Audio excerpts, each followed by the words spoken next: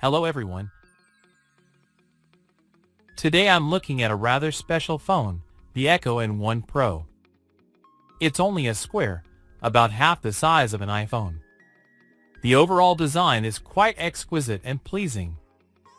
It comes in 4 colors, white, black, blue, and pink, and also includes a keyboard case. It has a built-in power bank function, making it similar in weight to a BlackBerry, weighing only 136 grams. The body is only 8.9 mm thick, making it easy to hold with one hand. The screen uses an AMOLED sapphire glass back, making it drop-resistant and durable.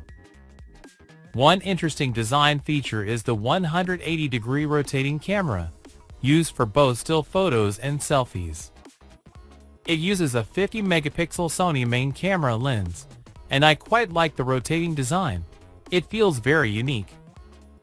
As you can see, it performs quite well in good lighting conditions. The photos are adequate for casual snapshots. It uses a MediaTek G99 processor, the same processor used in many open-source handheld consoles. The operating system is Android 15.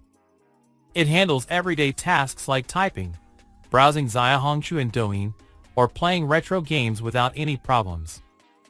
The memory is only 8,256 GB by default.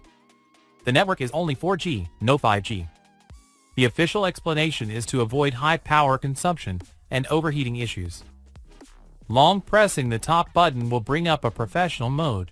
Dragging it there switches to a simple interface, allowing only calls, texts, basic functions like note-taking and chatting.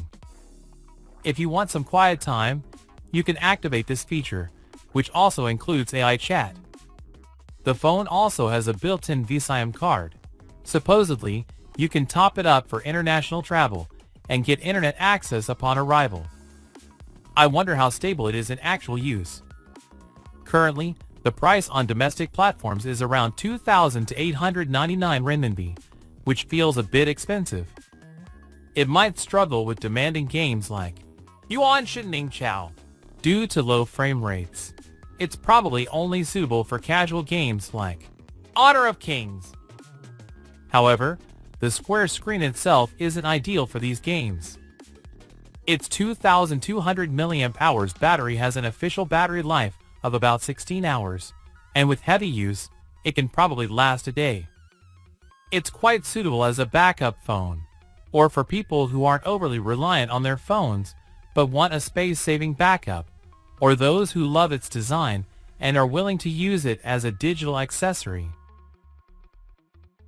If you're a heavy gamer or a heavy phone user, its processor might not be ideal. Ultimately, the best electronic product is one that meets your needs. Would you consider buying this phone? That's all for today's video. See you next time.